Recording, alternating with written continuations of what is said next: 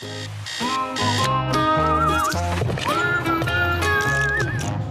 am by your side. Got a heart so big, on this you can rely. No mountains too tall for the strong boots to climb. I am by your side. I am by your side.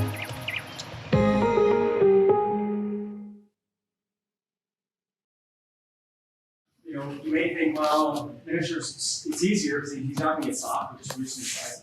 It's still, you should still apply the same principles, right? You should still way back. Sometimes you're going to be, double, triple, quadruple the scale back, right? If you look at, another example from, an old-timey, right? Old-timey reference, right? It's it's a Disney movie, Darby O'Gill and the Little People. So I lived in like this weird miniature world for a while while I was doing research. And these are the movies I was watching. I was losing my mind. But so, the part of the illusion in something like this is always, who's interacting with what? What are they holding, right? The little person on the right side, obviously, a tremendous distance further away, holding a giant cup, right? But the illusion is that he's holding a regular sized cup and that they're sort of interacting with each other, right? But let's take a look at one of these shots and we can start some fun, right? If we take a look at, let's just start maybe here, right? So we know the distance, right? We know that on set we knew the distance exactly what it was. We knew that we needed to divide it by 2.3 to get our second portion, which is then going to be John, right? Our gentleman here, right? So we have our V4, or at least our plate. Gentleman's coming later, he's late. And we have our giant, right? I will say that the DP, Chris Mably, was he's the smartest guy. So on top of helping with all the math and everything, he was also the one that suggested the mirrors. I think the mirrors is just such a smart solution. Anytime that plate is filled, like anyone should be using that as a solution of like how to get decent reflections, right? These mirrors were a total game changer. So if I go back, right, we've got our piece that we know to be 27 feet, right? We know that this one is then going to be 12 feet, and that's going to, once you marry them together, we get into this world, right? And the illusion is enough, right? The illusion is there. Now, it didn't all come together, quite as quickly as that. I mean, I can step into this one. And I'm going to show you just how, first of all, I'm going to show you, I did a clean version for the presentation. So I'm revealing, my hand here. So my batches are often a mess, right? Everyone hates opening them, and I'm so sorry. So, I'm a big fan of VFX. I don't know, but not everyone is. So, although it would look the same if it was in batch. But here we go, right? Here's the presentation version, right? But I will show, right out of the gate, if I sort of, come in here, and right out of the gate, I'm going to hide this one, right? So we can see, okay, there's obvious issues. Richard, do you mind showing the full? Thank you. There's obvious issues, right? Not on top of like his legs, hers, but watch the arm, the top right, the top arm, right? So I know this isn't working, right? But I know that the scale is right. I know the math is there. This is going to work. It's just messy. So what am I going to do? So for practical purposes, I knew I didn't want to time warp him, so I time warped the bus, right, in a way. And the moment I time warp the bus, I can get it pretty damn close, right? This is obviously, it's still a bit messy, right? But it's closer and it's pretty sort of forgiving. What we ended up doing in the very end, on top of sort of everything else, was I had to add, I added, now I've only color corrected this just so you can see it, right? I ended up tracking in his arm to the actual surface of the bus itself, right? So that's just its own independent unit. I'm sort of thinking that, that you can get away with, the moment you start to see this, right, it's no different from feet slipping, right? It just looks weird, and it's an indication that something isn't quite right. It's not believable. So in this instance, just using a straight sort of planar tracker, nothing fancy, nothing out of the ordinary, right? Thinking that the arm is a way that I could then sort of hide it behind the seam of the sleeve going up and down, right? So even if you do all the right pieces, right, with the type of setup that we had, that was one of our gentlemen who was doing,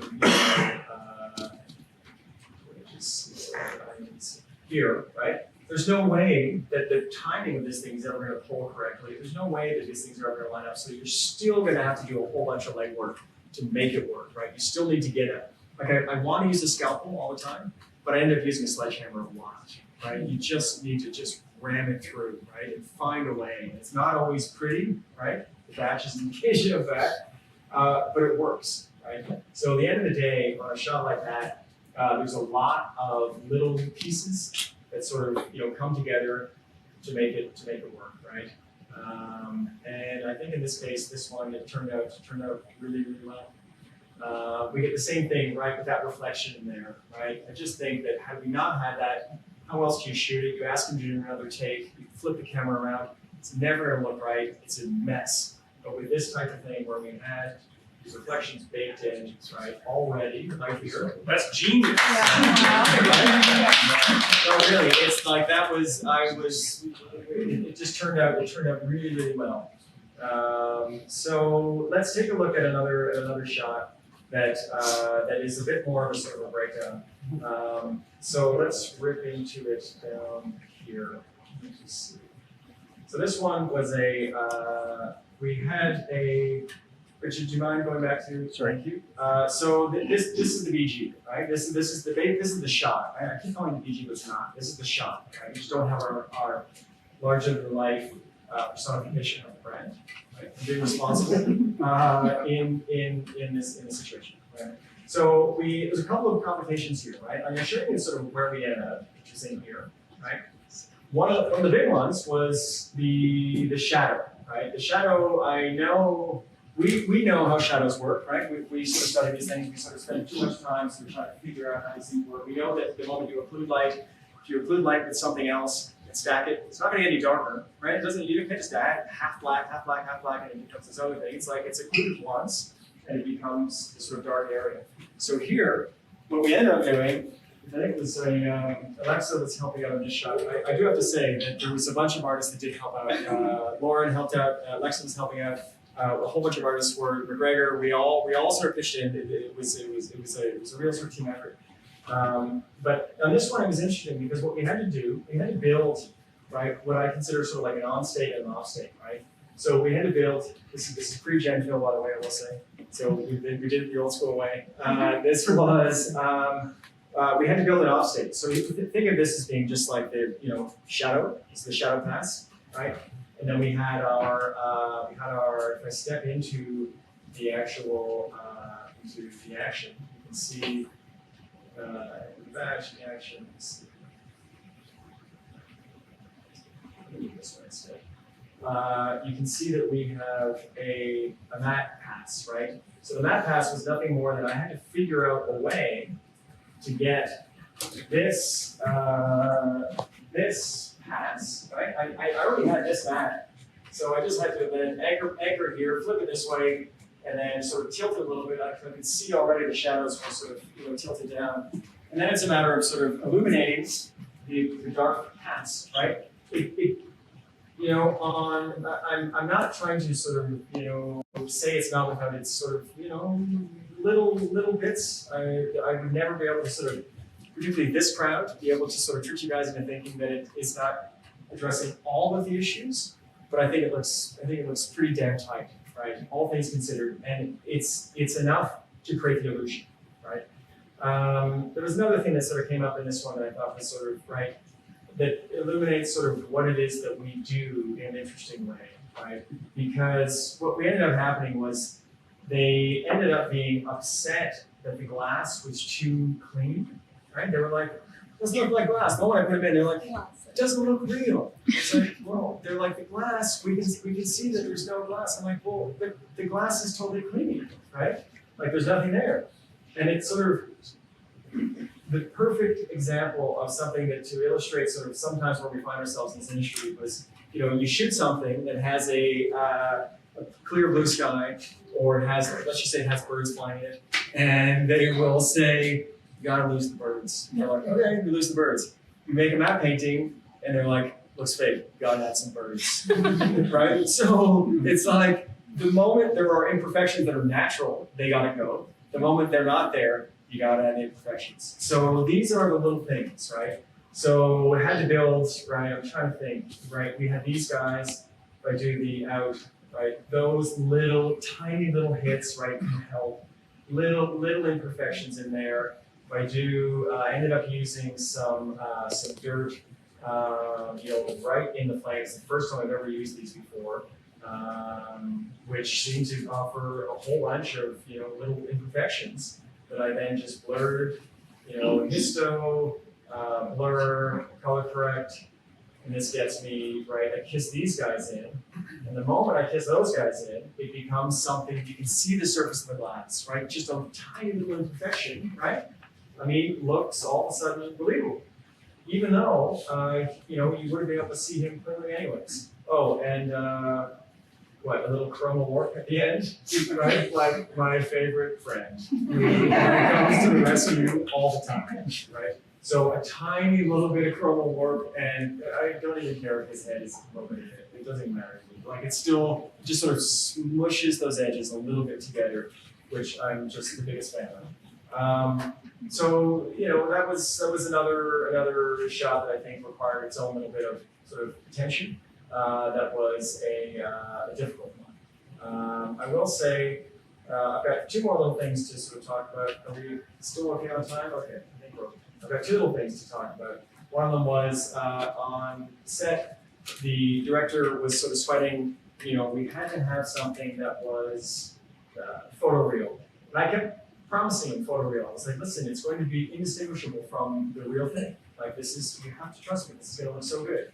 I think I'm super happy with it, right? We shot on the day with a gentleman holding something. We needed something that was tracking data, and that gave us tracking data that was also something that you could hold, right? Otherwise, you can't just have a person pretending, right? It's just never going to work. So they have to interact with something. You have to give them something to interact with, as well as you're going to get a better performance and it's going to feel real. So my thing is I'm saying to the director, don't worry, photoreal. We get our our first pass, and this was the photoreal that made me throw up my mouth a little bit. Now I'm not trying to throw the CG guys under the bus. I'm not at all. I've been doing this a long time. Come on, it's a flame And I've been doing this a long time that I should know better, right? I should know better seeing a first wave, and they're like, listen, but I was like, oh God, I was like, this is going to be photoreal. And I saw it, I was like, oh no. But it's okay, they delivered, right? Super talented guys. So, it's one of those things that there are still moments of, we still sweat these things, right? We sweat because we care, we sweat because we really want to deliver for our clients, we want to represent ourselves professionally, and because we want it to be the best that it can possibly be, right? The one last thing I do want to talk about is that even if we are, this is one of the last shots we worked on, even if we are trying to sort of work on these things, right, and even if the math is lining up and they're supposed to look a certain way, right, out of the gate, this is the math was right. This is what it's supposed to look like. People freaked out. They were like, well, that doesn't look right. It needs to be bigger. So, right, we deal with design principles all the time, right? Where we have an object and we center it and it looks right, but then there's another large object this way, it's pulling it, it doesn't look centered anymore. So you got to start with the math and then go with optically what's right. I mean, if you follow, it's sort of like that. When we're trying to tell a story, don't let the math interfere with the story. The story is ultimately the thing that we need to service. And in this case, we needed to make him like 3 times larger. He became this really, really big guy, right? But this was an interesting problem because, they filmed him, when they dumped him, this is where he was, right? And then they said, okay, well, we just need to move over. And I thought, okay, yeah, sure, let's move over. But then the moment I did that, something very, very strange happened that I wasn't quite ready for. So let me just do this, and if I do this, I move them over, right, he's over here, right, no problem. Sorry, these keyframes. Sorry, let me do this. Here, move them over, and he's drunk.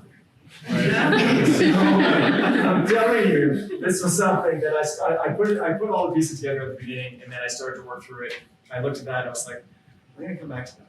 And I put a whole bunch of other shots, and I delayed this one, and I delayed it, and I was like, oh my god, how do I, And I'm sure if I know that there's somebody in here that's like, well, you could have done this, and I probably could have.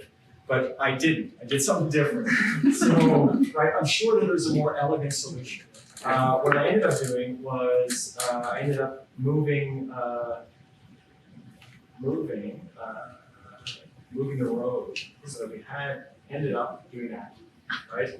Because for me, it was a far easier solution. I was like, I'm not going to deal with projections and geos and all these things, and I've got, we had over 40 shots to do, a reasonable timeline, but a tight timeline, right? We were going, so it was like, okay, well, listen, if I can't move him, and I don't want to move him, and I can't think of a solution, right? I need to then think of something else. So we just moved the road. So the road was like under his feet now. And all of a sudden, and there was no, I explained it to the agency, and I wasn't, I just professionally don't think it's ever a good idea to try to trick people, right? Tell them. Just be honest. Be like, I can show you why it doesn't work this way. Let's do it this way. This way is going to solve the problem. And believe me, it's of no consequence to create a vision of the project, right? We're not trying to deceive anyone, but it's something that I think was a reasonable solution to get us where we need to be. Those are the pieces. I do want to show one additional piece. I did want to mention Lev is here with us. Lev is right there. He's right in the back. Lev is on set with me. Superstar, super helpful, and again, just such a bright guy. He also did a breakdown that's kind of fun to watch, right? Breakdowns are fun. I'm going to play this. Let's just take a look, and it shows various scenes. What we did and kind of how we did it in a fun sort of way. So let's take it again.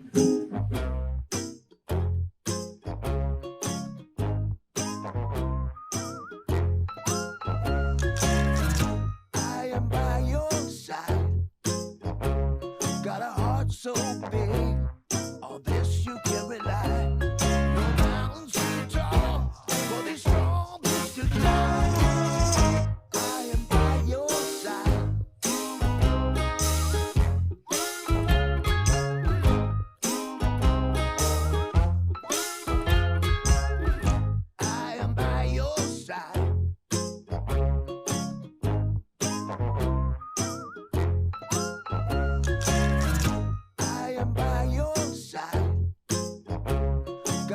So big, on this you can rely. No mountains too tall for these storms to climb.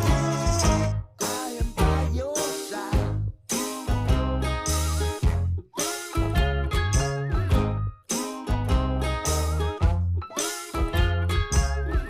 I am by your side.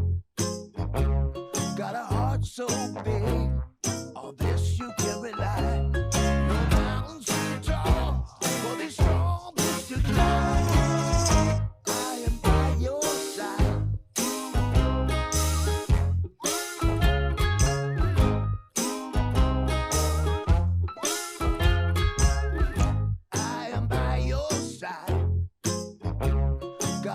So big, on this you can rely. No mountains too tall.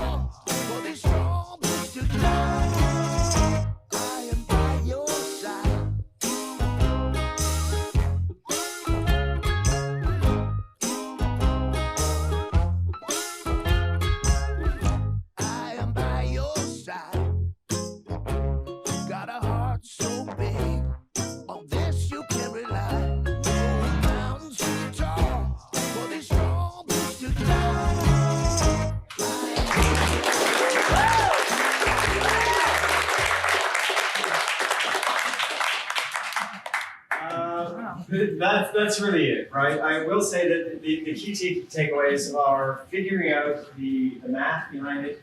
It's really straightforward. It really is, I promise you. And at the moment you sort of plug those numbers in, you then figure out how to then modify the distance, the focal distance, then the camera height. Those are the only two things. You don't change the lens, you don't change the tilt, you don't change anything else. You try to make everything else the same. You can make giants or tiny people, whatever. I mean, it's super fun, right?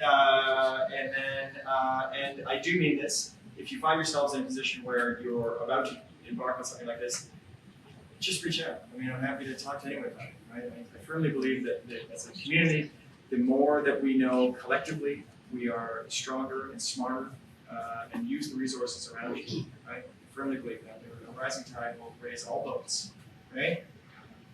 That's it for me.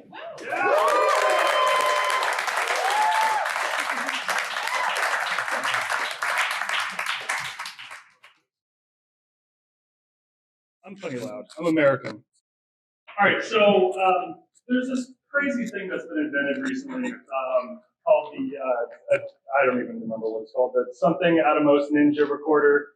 It records 8K. So all of our clients love to strap the little 8K monitor recorder to all their digital SLRs. And so I'm getting a bunch of 8K. And how do you guys think I feel about 8K? Wrong. So, Andy, this involves you. I forgot. You should be telling this story. So back in January, I was bidding a project. We had 36 spots of 8K beauty retouching that we had a chance to bid on. Not enough time, not enough money, not enough everything. So I was talking to Andy about this, and Andy showed me this trick. So I'm ripping off your trick. Do it. I didn't realize I was going to be here until 2 days ago. The more knowledge we share with the community, the rise and tide raises all ships. A stealing compositor helps all compositors. So, exactly. So I'm going to show you this trick about basically how you don't have to work in 8K because, frankly, fuck 8K. 8K is too big. 4K is too big because we're shipping HD and social and Instagram and Snapchats and all those stupid size rectangles that no one ought to be looking at. Especially you, Milkis, when you're death scrolling on the plane. So we're going to take a look at this shot. I kind of just had this tiny little demo. But here's one shot, if you will. And this is an 8K shot. It's beauty. And we needed to retouch the pack and the product and our talent and do all the things that we normally need to do. So what Andy taught me and would help me bid this job responsibly and actually work on it and go home relatively on time. And he works from home. And I work from home, exactly. Usually not wearing a belt. And Crocs. Is that what you wanted me to say? No, I was saying move on. Move on. Okay, sorry. You should be standing up front where I can see you close. So, real simple. We denoise the clip, and this is just using the Flame onboard denoise, which Paul had to show me because I've been using Neat. So you should be using Neat. If you don't use Neat, you should use Neat. Sorry, Fred and Stephane, but they're not on, are they? Cool. So we're just denoising the clip and getting rid of any of the grain that we can find, and instantly just shrinking it to 50%. So take your 8K, do 50%, 2D transform or resize. Then do all of your work, okay? Blow it up with a little bit of sharpen at the end. And then add the denoised difference grain back on top after resize, and it looks amazing. No, I forgot to finish the demo because I was eating some of those really tasty sandwiches. So basically just subtract the grain from the denoise. All right, so this is the denoise, and that's the original. Subtract, and it's not working. Same Awesome. res. Same res. Go to the not the recent. Come on, Naveen, why don't you do this? Thank you. So here's the grain that's subtracted, right? It's in there somewhere. There it is. There's our grain that we just subtracted from the original. And we're just going to add this to the very end. Switch it from a screen to an ad. And that difference map's a little misleading. And let me just show you the before and after. I'm using smoke hotkeys, that's why I'm so fast and efficient.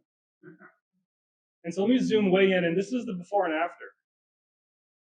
So all I'm doing is a tiny amount of, there's a matchbox sharpen, which is just, I'm just using a 0.1 something, right?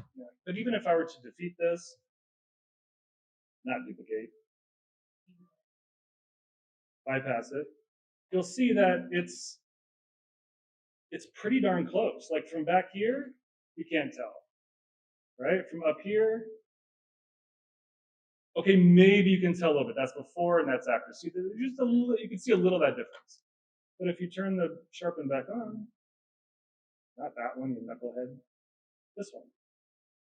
So now it even looks a little nicer. And I even went there a little hard on the sharpen. I can even dial that back to 0.05, using 5% of a sharpen, and that sharpen ships with flame. You can use your own Lewis Ash adaptive sharpening, full sharpening version number 12.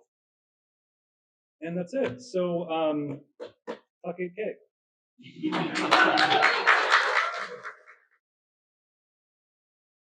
Juniors or a few newer artists here tonight. And you know, one of the things to totally understand about this crazy job that we do is sometimes it can be overwhelming. A lot of stuff that Paul was showing, you look at the task and it's monumental. You can't wrap your head around it. But if you just take a moment and remember that every single compositing task is just the sum of its parts. So there's always roto and paint and color and keying. And you know, when you start looking at these impossible tasks as the sum of their parts, you realize that it's not so difficult. When you get one thing done, the next thing seems doable. And before you know it, you've hit like a eureka moment. And oh my God, I'm great. This is the greatest job I've ever had. And I just want to do this the rest of my life. And you never lose that. If you love this job, you never, ever, ever lose the oh my God at the beginning and then the oh my God at the end. Well, thank you very much for having us tonight, Toronto people. We're very happy to be virtually with you. Next time we'll be there physically, but we had some, some work to do and some software, to make better. So we have some slides and some presentation, some demonstration of technology. So let's start with some updates on where we are at with the release. If you missed a bit the latest release, there's a kind of summary of where we are at. So we have released last summer at the end of July 2024.1, and hopefully you are at that version because it's a very cool version, which adds support for Vulkan on Linux and Apple. Metal, in fact, the graphic frameworks have been updated, meaning that your flame is not the same, right? You're getting a faster flame because using Vulkan and Metal makes playback performance, rendering, and interaction way better. So you deserve to have a fast flame. And if you're not on 2024.1, tomorrow morning, install it if you can. At the same time as the graphic framework upgrade, we also work very closely with our partner who are revisiting their offering. So HP released the Z8 Fury with the NVIDIA RTX 6000 added generation, a very nice combo for running our product, plus the graphic API work. You won't recognize your flame. And many friends on Logic, in fact, posted very good results with trying, in fact, the configuration with the software. We qualified dual GPU, single GPU, and also the legacy Ampere card, the A5000, A6000. So these are available to you. So have a look with our friends at CineSys if you have questions about this offering. At the same time, we also look with other vendors like Lenovo. So we qualified the RTX 6000 on the P620 station that our friend Randy has at his office. A single GPU graphic card configuration. So, qualified also the Dell 7865 with single and dual graphic cards, and also the latest are offering from Lenovo, the P7, which is a very nice looking workstation. If you want to bring your customer to your machine room, you won't be shy. And again, that's the latest NVIDIA graphics. So if you want to know more about Update 1, we recorded, together myself, a great event. So just follow the link and look at Logic Live. And I think every time I say Logic, I think Andy and Randy, I have to clap, if I'm not mistaken. So anyway, we'll try that later. So later this fall, in fact, we released 2024.1.2 at the same time Apple released macOS 14, macOS Sonoma. So we strongly recommend you to upgrade if you have upgraded your Mac to this version. Some users on Logic said that 2024 was working correctly, but we strongly recommend to use this .1.2 with macOS Sonoma because we have seen some challenges as far as security. So it's better to have the latest and greatest version of Flame when you upgrade your operating system to get the new feature and also the new wallpapers, like Andy will tell you. Many people ask us in the past, well, you guys have done a lot of feature in the different versions, so how can we easily find this information? And if you were to follow the link on the screen, we have a great Flame enhancement timeline that shows you all the capabilities we've added from 2020, 2021, 2022, and all the updates in between. So that gives you a good sense of all the technology you have. Sometimes we might be working, let's say in 2021 release, and then you upgrade to 2024. Well, you might have missed what happened in between. So this timeline will give you all the information you need about all these updates. And yes, 2024 and update 2 also has been updated. Lately, last month, if I'm not mistaken, well, October, we released update 2, a small upgrade which bring great capabilities that many users asked for. This update uses almost the same infrastructure as you have, so you can install it on your Linux station with Rocky Linux 8587, on macOS from macOS 11 to macOS 14. If you have Apple Silicon, by the way, we strongly recommend to use macOS 13 because macOS 12 has some performance issue with our product, so that's why the minimum requirement for Apple Silicon like Mac Studio and all these should be macOS 13. As far as there's the KU, there's a new graphic driver, so the 535.113.01, and the P6000 is our minimum requirement for certified graphic card. Thank you very much. It's late. So this update bring support for the RTX 5000 with the HPC8 Fury, so another option for your studio. And some features, like I said, that many of you might have asked. So I think one of the most voted Flame feedback was the ability to export the MP4 H.264.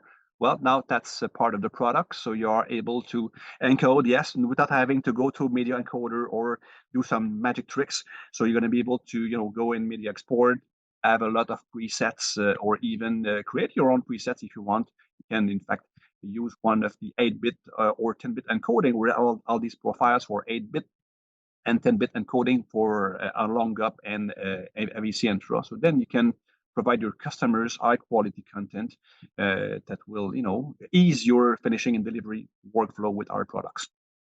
Something else that we really have a need for these days, because we need to deliver MP4, but also we need to deliver very often to social media content with subtitles. So we came up with a great subtitling workflows, which allows you to easily either add a subtitle track. So as you can see, the track and version dropdown has been updated, or you can also import SRT files. And you can also import multiple languages or version of your subtitling. So that means you would get either one or multiple subtitle tracks. You can then modify that directly in the FX environment, where you can do a lot of things. So I'm not going to go too deep tonight, but yes, if you don't have update 2, you really deserve to have this release to be able to do these capabilities. The subtitle workflow is a start to end workflow. So that means after completing your modification and your subtitling work, well, you can also go in media export and use one of the presets that we built for you, so you can export either your subtitles burn on the image or as metadata as SRT file. So you can do that with update 2, which is a great update. Hopefully, you're going to be able to use the technology on your workstation very soon. Last but not least, as far as releases, and this is something that nobody knows, you are almost the first in the universe to know about that, but we are planning to release a Surface Pack probably next week. So we have been receiving some feedback from customers about some issues. So, and maybe some of yours are part of the list that I'm going to show you. So that's going to be, like I said, available next week. We qualified the Dell 7960 with RTX 6000. So as you can see, we added a lot of workstation offering.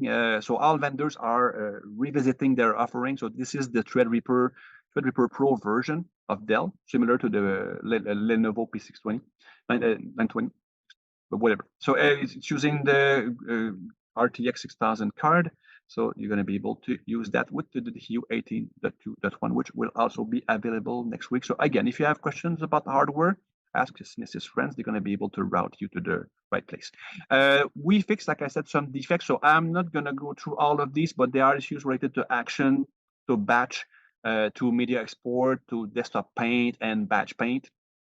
Player, plugin, search engine. So as you can see, we have fixed many issues in the service pack. So hopefully it's gonna make your life easier, because at the end of the day, we want your life to be, we want you to be happy and creating magic with our applications. Thank you very much. Thanks for making our products look super cool when you use them. We create magic, and that's because of you that, Flame is great. Continue to do so. And hopefully we'll meet physically in the future. If you feel to come at NAB next April, we're gonna be there. Thank you, everyone. Thank you very much. See you soon. Have a good night.